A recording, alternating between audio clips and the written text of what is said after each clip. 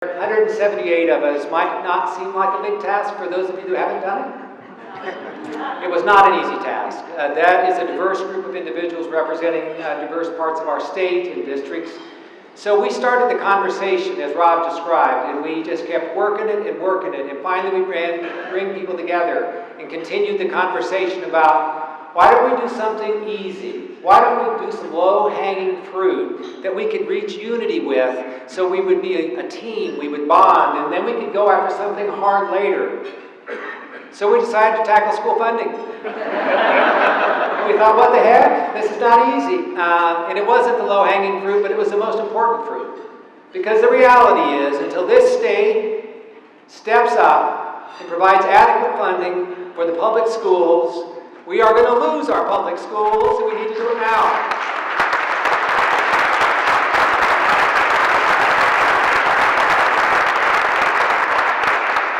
I was Deputy Superintendent in the Great School District at the time that Tabor came about, and that was a while ago. Some of you don't know about pre-Tabor. Some of you don't recall when we funded schools in Colorado at a near adequate level. When we were in the top tier of states in this country in funding public education, some of you weren't in the profession then or weren't supporting public schools.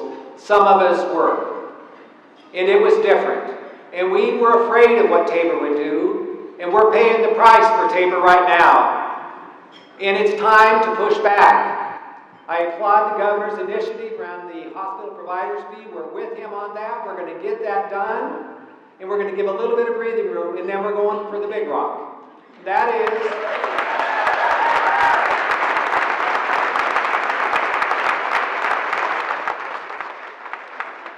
public education in this state is dying a slow death.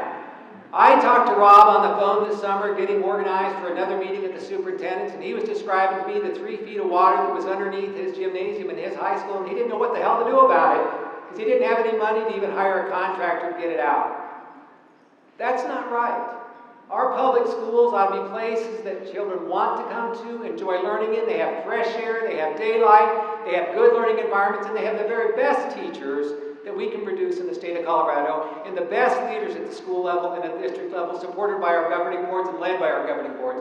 That's what Colorado children deserve. And we need to help make that happen so that in the future we can be proud and have a legacy of what we've done. So the superintendents, that's what we organized around. And we aren't done. We just drafted another letter. Yep, another letter. We're working on it right now. Paul and I talked about it this morning.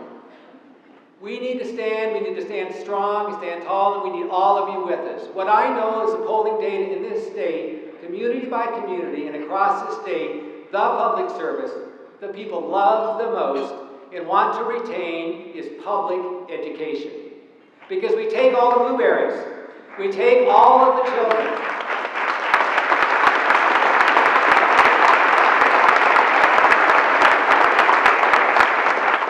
The harder to educate children are with us. They are with us. They are not in the private schools. They are not other places. They are in our public schools. And that can range up to $250,000 to provide some specialized services for some of our children. That average is $7,000 to $10,000 in our state that we educate children. Those are easier to educate children. And so we need to provide adequate funding. And I'm sad about what happened in the Supreme Court 10 days ago. It wasn't right. We were a plaintiff district, Boulder Valley was on that, with the fine leadership of Kathy Gebhardt, who's in the room today as our attorney.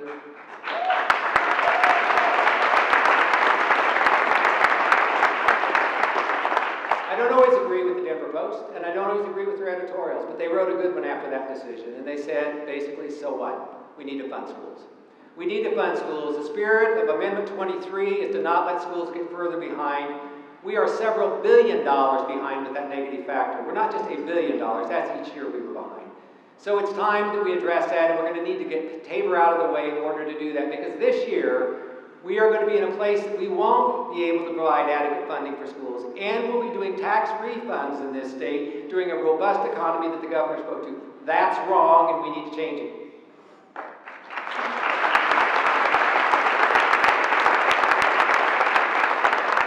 So my last call for action is this organization.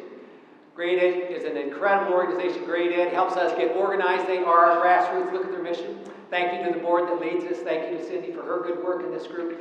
It is who helps us get organized. It helps gets our parents to the Capitol when we come down and have that organizing effort, because we believe what will help our elected officials truly understand they need to have the courage and the commitment to public education are the parents and the community members that sit around them when they vote. And so Great Ed helps us get that done. So if you haven't had a chance yet to make your contribution today, be looking for your checkbook, your credit card. We're going to need that. So keep this organization going. And thank you so much. To fill a ballroom full of supporters of public education, it's a good day in Colorado. Thank you.